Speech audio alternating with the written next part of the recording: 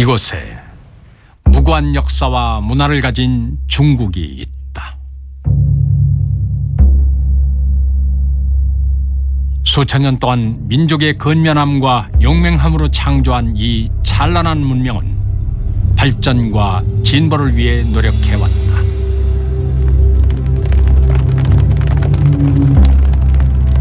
인류의 역사가 1661년으로 접어들 무렵 청나라의 네 번째 황제 강희제가 등극한다. 중국은 봉건 왕조의 마지막 태평성대를 맞았지만 세계는 전례 없던 거대한 변화가 시작되고 있었다. 15세기 말 유럽의 항해가들은 해상을 정복하기 시작한다. 자본주의의 확장과 약탈, 세계는 하나로 연결되기 시작했다. 어떤 나라도 독자적으로 발전해 나갈 수 없었다.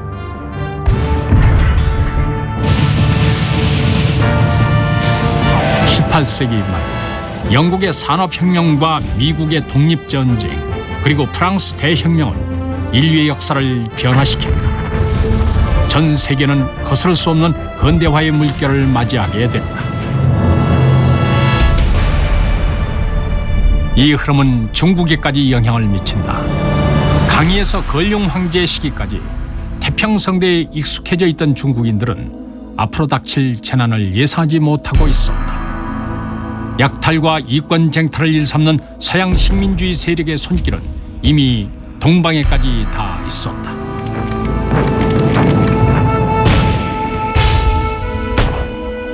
중국의 3000년 역사에서 찾아볼 수 없는 큰 변화가 일어났다. 100여 년간 중국이 노력해온 위대한 부흥의 역사가 그 장막을 열었다.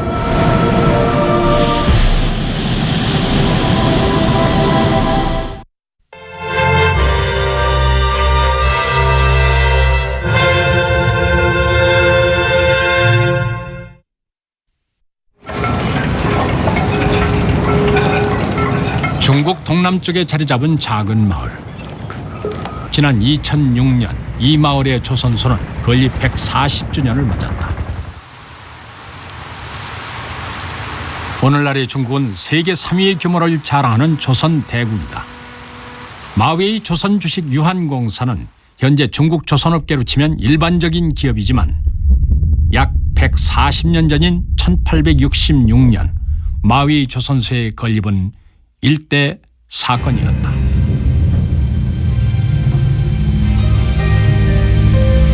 조선소 창립자며 청나라 민남 저장지역 총독이었던 좌종당.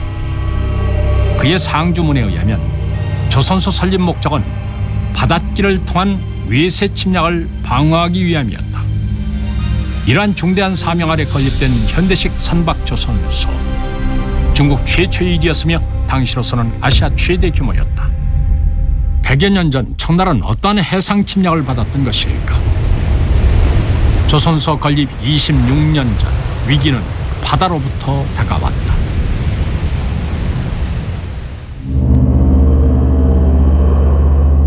(1840년 6월) 마카오 연해 밖에 정박해 있던 영국 선박이 청나라를 침략한다. 그 후 2년 동안 청나라는 수차례 전쟁에서 패하게 된다.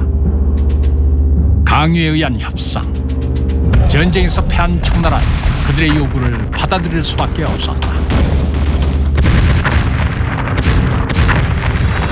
훗날 역사학자들은 이 사건을 아편전쟁이라 이름 붙인다. 중국의 근대사는 이렇게 시작됐다. 아편전쟁은 왜 일어난 것일까? 이 사건은 중국의 역사에 어떤 영향을 미치게 됐을까? 1840년 4월 장장 3일 동안 이어진 영국 의회의 논쟁 속에서 전쟁의 요인을 찾아낼 수 있다. 전쟁의 원인은 영국과 중국 사이에 거래되던 두 가지의 식물 때문이었다. 바로 영국의 아편과 중국의 찻잎이었다. 在鸦片战争前这个很长一段时间，中国对外贸易呢，主要是输出茶叶、农产品、经济作物。贸易的中介是银元。在银元方面呢，那中国方面是入超的，那这个对我们财政上是有利的，但是英国人很快找到了一个有利的武器，就是鸦片。The Chinese economy declined certainly in comparison with the British economy at a time where industrialization begins to take off.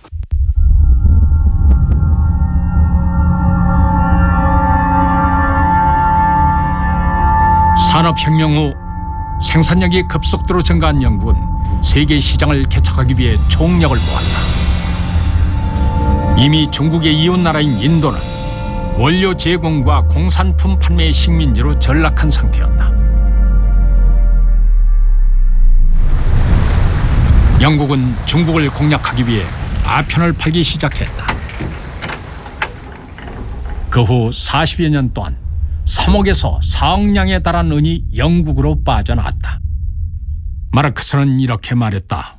영국은 불법 아편 무역으로 생명을 위협하고 부도덕함으로 국고를 채워갔다고.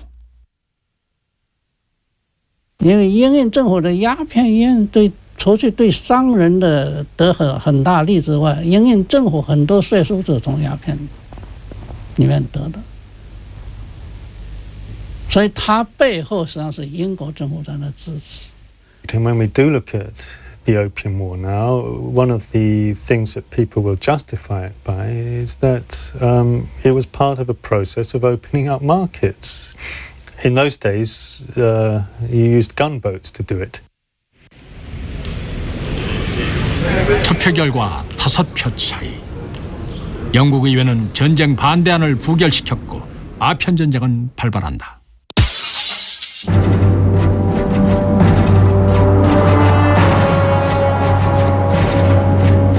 해상에서부터 시작된 영국의 공격은 무방비 상태였던 청나라를 쉽게 무너뜨릴 수 있었다. 청나라 도광년간 당시 동방의 대국이던 중국은 80만 대군을 보유하고 있었다. 당시 영국의 원정 군사력은 겨우 7천여 명. 전쟁 후반까지 2만 명의 군사력이 보강됐지만 80만 대군을 보유한 대국이었던 중국은 왜 영국에게 패한 것일까?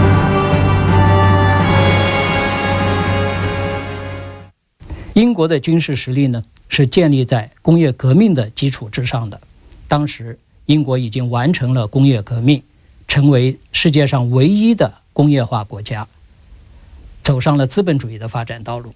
而中国呢，是一个落后的农业国。 아편 전쟁이 발발하기 전 대부분의 중국인은 양국의 사회제도와 생산력의 차이를 느끼지 못했다. 오랜 시간의 쇄국 정책은 중국인들의 눈과 마음을 닫아놓았다. 중국 문인 왕중양은 서양인을 이렇게 묘사했다. 다리가 길어 굽히기 힘드니 달리기조차 어렵고 눈이 파란 그들은 빛을 두려워하니 대낮에는 눈을 뜨지 못한다. 광동 지역에서 적군에 맞서 싸웠던 임칙서도 중국이 찻잎과 대황 공급을 중단하면 서양인들이 소화불량으로 죽을 것이라고 확신했다. 하지만 영국인은 중국과 영국 간의 차이점을 파악하고 있었고 전쟁을 위해 치밀한 준비를 한 상태였다.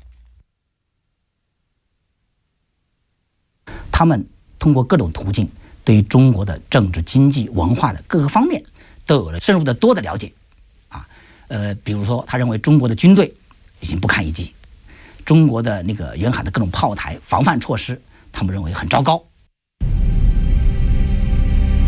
아편 전쟁은 중국 역사에서 큰 충격이었다. 홍콩을 빼앗겼으며 배상금 2,100만 양의 은을 지불하겠다는 내용의 난징 조약을 체결한다. 서방 식민국가의 무력과 압력 아래 치욕적인 중국의 근대사가 시작됐던 것이다.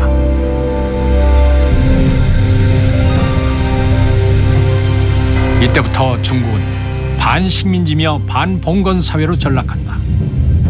전쟁이 끝나고 영국군이 양쯔강에서 철수하자 도강 황제는 연안에 위치한 군대에 철수를 명한다.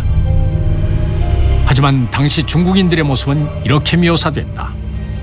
큰 비가 지나가자 그 의미를 망각하네. 모든 것은 원래의 모습으로 돌아온 듯 보였다.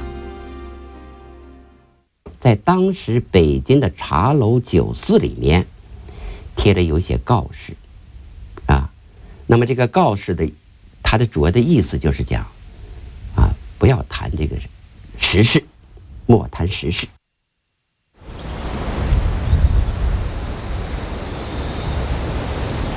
영국에 대항할 것을 주장하던 임칙선은 관직에서 파면당한다.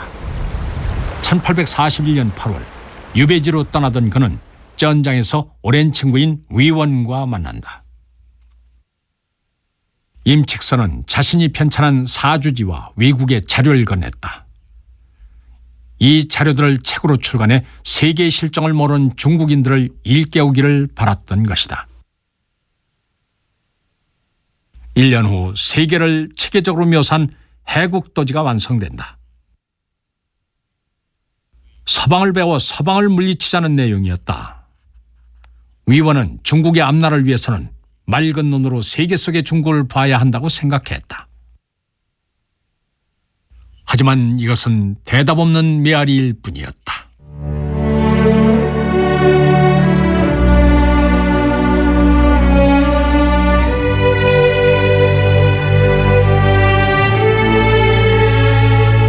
몇 년 후 임칙선은 신장의 이리 지역에서 돌아왔다. 중국 근대 사회를 가장 이성적으로 바라본 최초의 인물. 임칙선은 결국 침묵을 선택한다. 해국도지를 편찬했던 위원 또한 불교로의 출가를 택하고 항저우의 한 사찰에서 세상을 떠났다. 1840년의 포탄 소리는 오랜 전통과 환상에 빠져있던 중국을 깨우지 못했다. 각성의 목소리는 너무나 약했고 변화는 싹을 틔우지 못한 채 사라졌다. 청나라 왕조는 당시의 세계 상황에 대해 이해하려 들지 않았다. 끔찍한 사건이 처음 일어났을 때 사람들은 둔감해지기 쉽다. 또다시 비극이 되풀이된 후에야 비로소 뼈를 깎는 아픔을 느끼게 됩니다.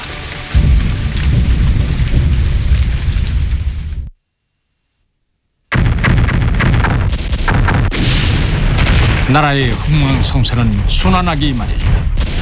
청나라 왕조에 또다시 위기가 찾아왔다.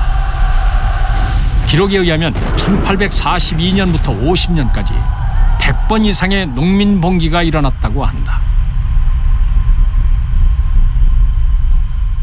1851년 청나라 정부에 대한 반감과 서방 국가의 침략은 중국 국민들의 반란을 일으켰다. 청나라 왕조의 뿌리가 크게 흔들리기 시작했다.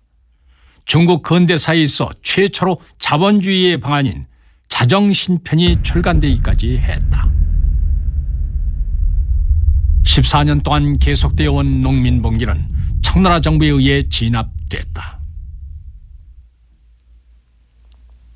중국 내에서 반란이 빈번하던 1851년 런던의 하이드 공원에서는 영국의 빅토리아 여왕이 만국박람회의 첫 테이프를 끊는다. 당시 대영 제국이 생산한 공산품은 세계 3분의 1을 차지하고 있었고 철로와 선박 규모는 절반에 달했다. 또한 영국은 세계에서 가장 발달된 자본주의를 기반으로 세계 최강의 국가로 자리잡고 있었다. 미국, 프랑스 등이 그 뒤를 바짝 쫓고 있었다.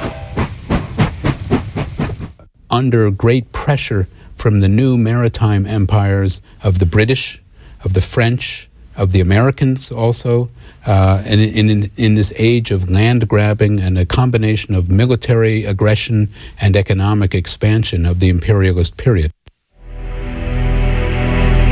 고속질주하던 제국주의 세력은 청나라에게 숨을 고를 여유도 주지 않았다.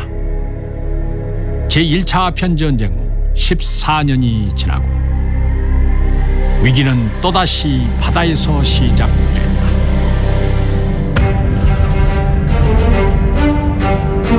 (1860년 10월 18일) 베이징을 침략한 영국과 프랑스 연합군은 청나라 황제의 휴양지인 원명원을 불태운다. 프랑스의 작가 빅토르 위고는 이렇게 말했다. 두 명의 강도가 원명원에 몰래 들어가 잿더미로 만들었다. 이 두 도둑은 프랑스와 영국으로 역사에 기록되어 있다. 이날의 화재는 중국인에게 씻을 수 없는 상처를 안겨주었다. 대청제국의 사대부들이 느끼던 중국에 대한 자부심도 산산조각이 났다.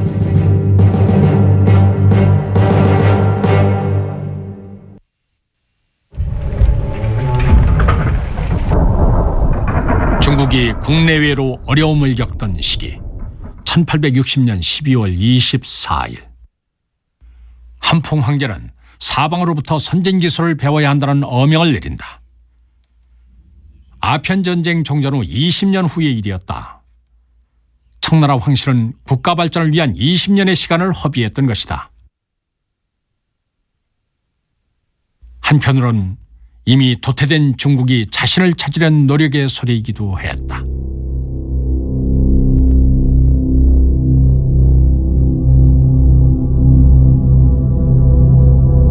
(1861년 1월) 총리 각국 사무화문이 설립된다.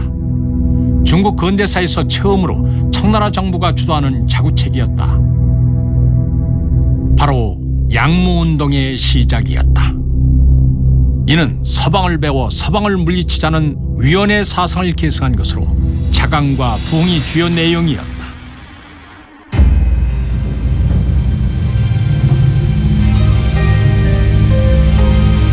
(1860년대) 중국에서는 양무운동이 전개됐다.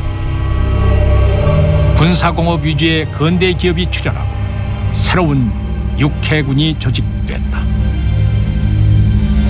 신시각당이 설립되고 유학생이 해외로 파견되면서 대청제국에는 새로운 기류가 일어났다.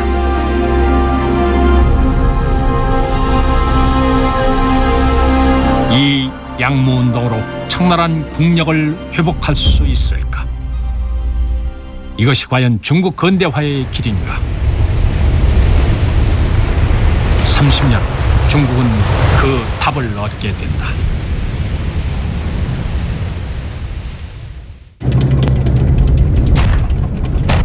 (1894년) 청일전쟁이 발발한다. 이번에도 위기는 해상에서 시작됐다. 아시아 최고의 북양 해군도 침략자를 물리치지 못했다.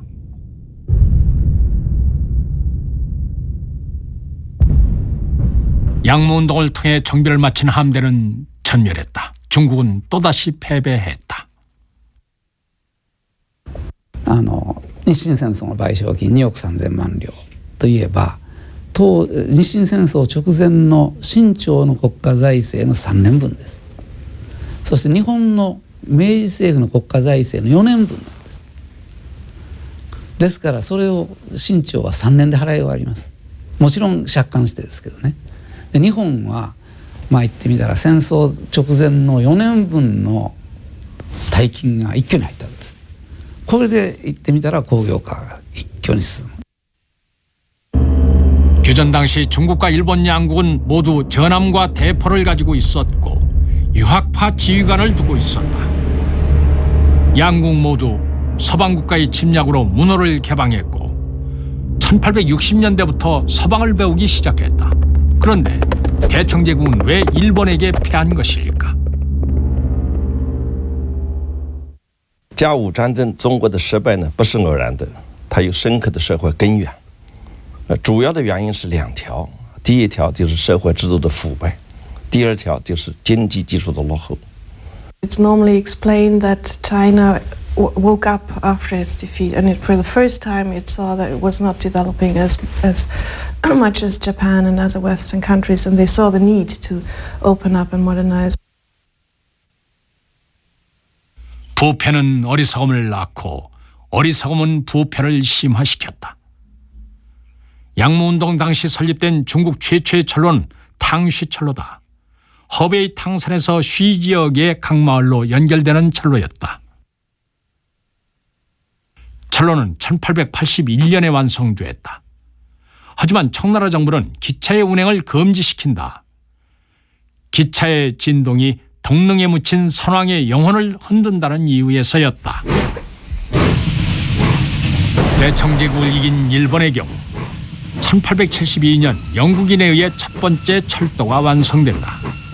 메이지 천황이 개통식에 참여했고 일본 국민들도 조심스럽게 플랫폼에 올라가 철도의 개통을 축하했다. 7년 후 일본은 독자적으로 철로를 설계하고 건립할 수 있었다. 철로를 대하는 태도가 전혀 달랐던 중국과 일본. 청나라는 변하고 있는 세계의 상황에 적응하지 못하고 있었던 것이다. 그 당시 유럽과 미국 등의 나라들은 전기 사용을 목표로 한 제2차 산업혁명 단계로 진입하고 있었다. 하지만 중국의 무관시험의 내용은 여전히 기마술과 궁술, 문과시험의 내용 또한 여전히 형식적이었다. 서양 문물을 받아들인 실무파들은 중국의 학문을 바탕으로 서양의 학문을 이용해야 한다고 생각했다. 그들은 당시 중국의 문화와 제도가 서방의 수준에 미치지 못한다고 했다. 中学是中国传统文化的本体啊，这个本体呢，主要是指的什么呢？就是指以三纲五常为代表的这样子儒家的道统啊，这个东西是不能够去碰的，不能改变的啊。西学为用呢，就是西方的科学技术可以呢借鉴啊，可以应用来弥补中国文化的不足。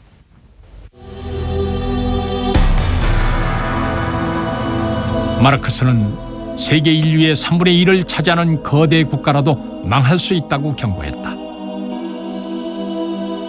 세계의 흐름을 무시하고 현실에 안주하는 국가. 세계 체제에서 벗어나 홀로 서기를 하려는 국가. 그리고 과거의 부귀 영화만을 되돌아보는 국가라면 말이다. 중국의 참혹한 현실이 이를 증명하고 있었다. 양무운동은 목적을 달성하지 못했고 중국 근대화의 방향을 제시하지 못했다. 과연 무엇이 제국을 구할 수 있는 것일까? 청일전쟁에서 중국이 패하고 1년 뒤 영국에서 유학생활을 했던 이엔푸는 중국이 변화하지 않는다면 멸망할 것이라고 예견했다.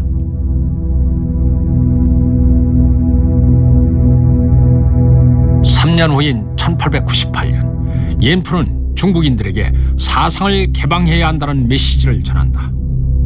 영국의 생물학자 토마스 헉슬리의 진화론을 천연론이라는 이름으로 번역해서 출간한 것이다. (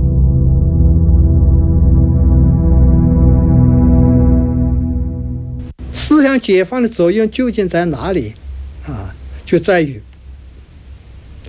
动摇了我们中国传统文化里头的循环论的思想，都是循环。你看，都是循环啊，周围都是循环，起点，然后经过了一圈以后又回了起点。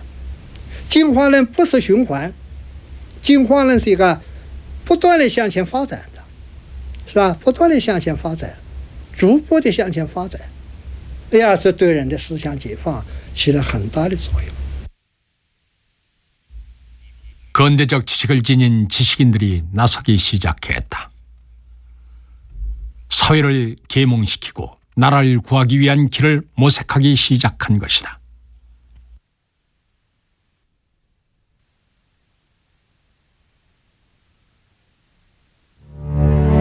청일전쟁이 발발한 1894년 광동 출신의 한 청년이 텐진으로 올라와 청나라 정부의 중심 이홍장을 만난다.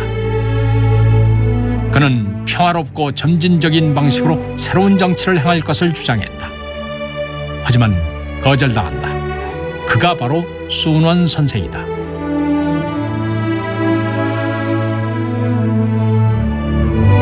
실망한 순원은 중국을 떠난다. 호놀룰루에 도착한 그는 흥중회를 설립하고 구국의 방도를 찾기 시작했다. 이 시기 또 다른 광둥이인 강유웨이가 유신변법을 통해 청나라를 구하려 하고 있었다. 政治疏解很重要，人的疏解很重要的。要民主就是靠人嘛，这就是投票啊，靠选举啊，什么竞选啊，你数据太差了，不能搞共和。康有为他是这个看法，孙中山的看法跟他不一样，他不是。虽然我们中国的现在还不选，但是可以来中国，我看既有这个民主共和的这个数据，两个就看法不一样，于是这两个就走向不同的道路。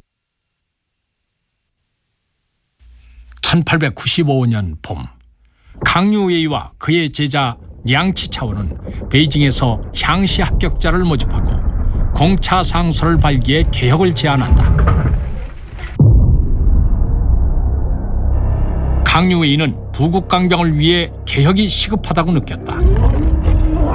그는 청일전쟁 후에 중국을 무너진 집이나 난파된 배라고 표현했다. 또한 중국인의 처지는 새장에 갇힌 새, 가마솥의 물고기, 유치장의 죄수 같다고 생각했다. 노예처럼 전락해버린 중국 국민의 상황. 중국의 4천년 역사에서 찾아볼 수 없는 기막힌 일이었다. 열강에 의해 강탈당하고 있는 이 상황을 바꿔야 했다.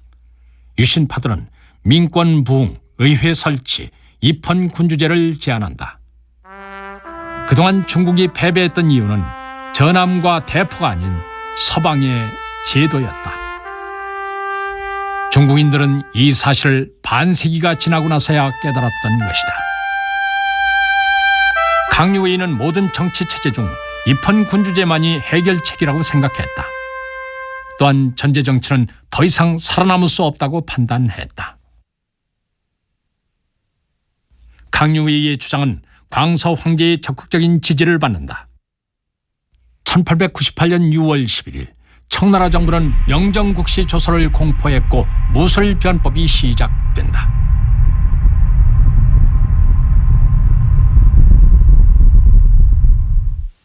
戊戌变法，它在政治上是具有君主立宪的目标和理想，在经济上呢，它是推动了民族的工商业的发展。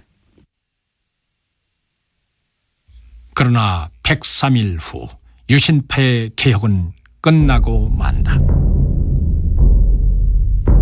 109년 전 무더운 여름, 부패한 구제도와 토살자에 의해 애국자의 머리가 잘려나갔다.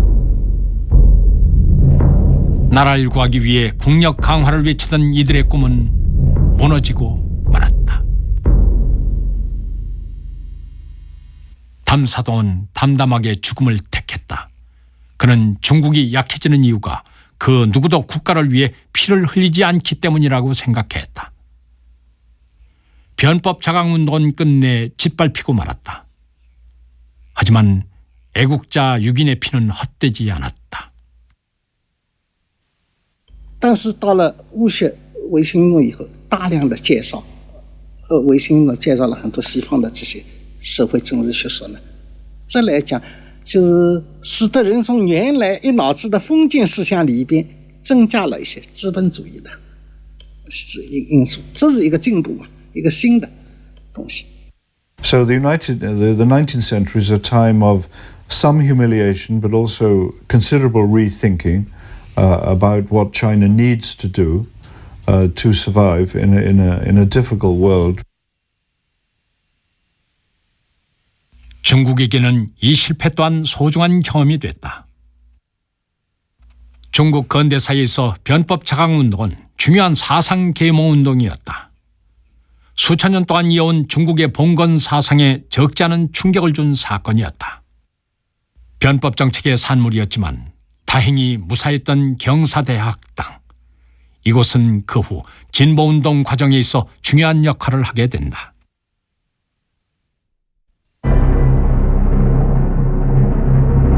20세기의 장막이 열렸지만 자금선 여전히 장엄한 모습이었다. 그러나 20세기는 이곳에 치욕의 흔적을 남긴다. 1900년 청일전쟁 이후 5년 뒤 열강은 또다시 베이징을 침략했다. 과거와 다른 점은 8개 국가가 동시에 침략을 감행했다는 것이다.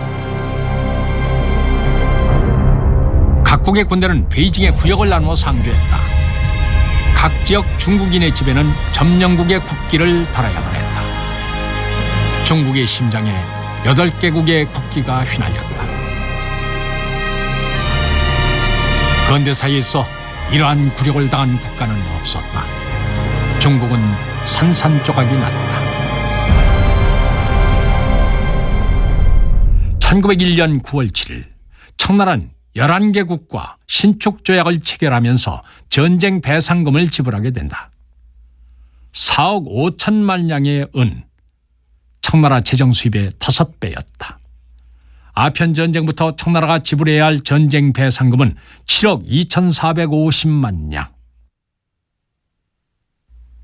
제국주의 열강은 중국 정부에게 불평등조약을 체결하게 했다. 수백 개의 조항이었다. 청나라 정부는 국민의 존엄성을 보호할 힘이 없었다. 국가의 주권마저 지키지 못하고 부패한 정부로 무너져 갔다. 非常屈辱的辛丑条约，中国最终成为半殖民地半封建社会，最终沦为这种悲惨的深渊。在这个时候，革命的气息越加浓烈。 1901년 4월 영국의 무력에 의해 문호를 개방한 지 60년이 되던 해, 청나라는 드디어 정치제도의 개혁을 시작한다. 이른바 청나라의 신정치 방안.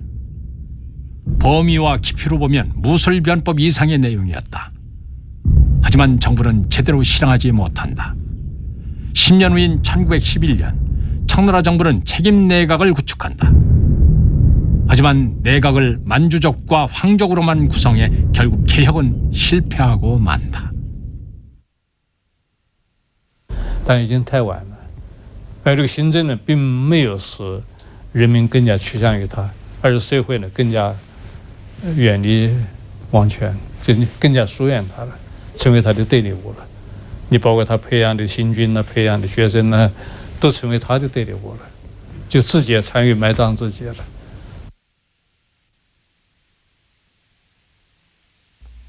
순원은 청나라를 곧 무너질 집이라고 표현하곤 했다.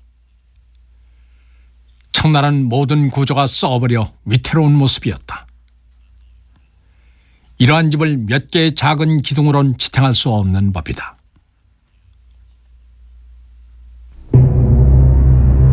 (20세기) 초 중국의 한 줄기의 외침이 울려 퍼진다.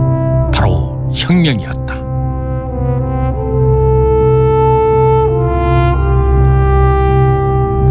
당시 순원은 의지가 확고한 혁명가였다.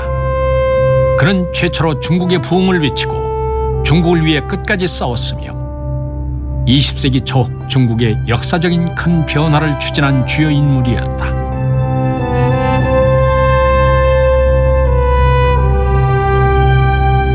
(1905년 8월 20일) 순원 등 혁명의 인물들은 도쿄에 중국 동맹회를 설립하고 중화민국의 건설을 주요 목표로 삼는다. 순원은 민보를 발간하면서 이 동맹회의 3대 강령을 강조한다. 민족주의, 민권주의, 민생주의가 바로 그것이다. 三民主义呢，就针对着当时中国所面临的急需要解决的3个问题。 提出了革命主张。这3个问题，第一个是民主独立的问题，第二个是政治民主共和的问题，第3个人民的生活和社会进步的问题。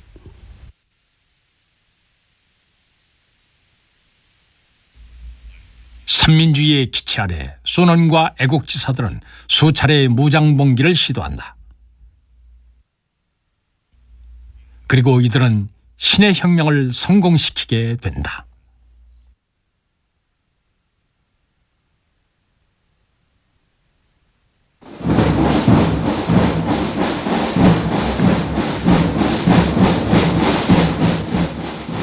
광저우시 선열로에 위치한 묘지.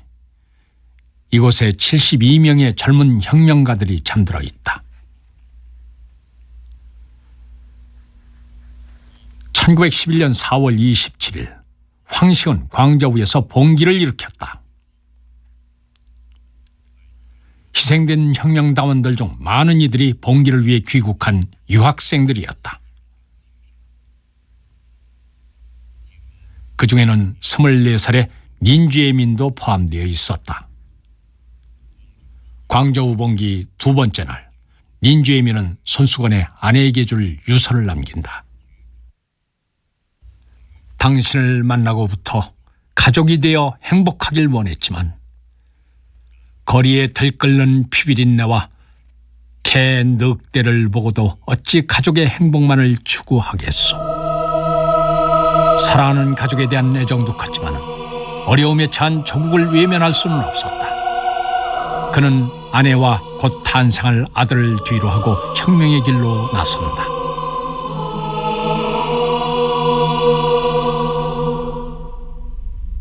역사는 이들을 기억하고 있다. 조국과 국민을 구하기 위해 자신의 청춘과 행복, 생명을 바친 이들의 위대한 용기와 정신을 말이다.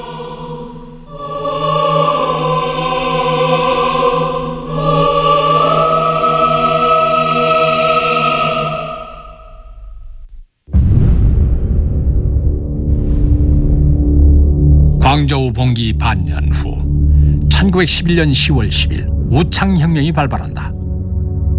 먼저 우한역 3개의 마을이 광복을 맞는다. 그리고 한 달이 채 되지 않아 전국 13개의 성이 청나라 정부의 통치에서 벗어난다. 4개월이란 짧은 기간 동안 청나라 왕조는 산산이 부서지고 만다.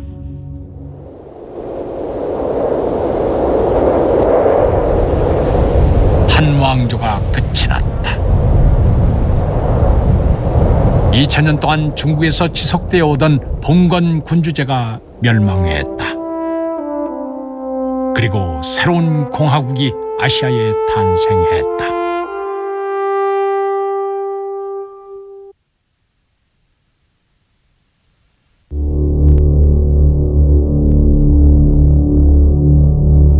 신의 혁명은 자산가 계층이 일으킨 민주혁명이었다. 그리고 중국 국민이 민족의 부흥을 위해 일으킨 혁명의 이정표가 됐다. 역사는 변하고 있었다. 중국 역사상 자산 계층이 참여하는 최초의 공화정부가 건립된 것이다. 신의 혁명은 중국인의 사상에도 많은 변화를 주었다. 그들이 2000년간 믿어왔던 천자는 하늘이 내려준 것이 아니라 마음속의 화상이었다는 사실을 깨달았다.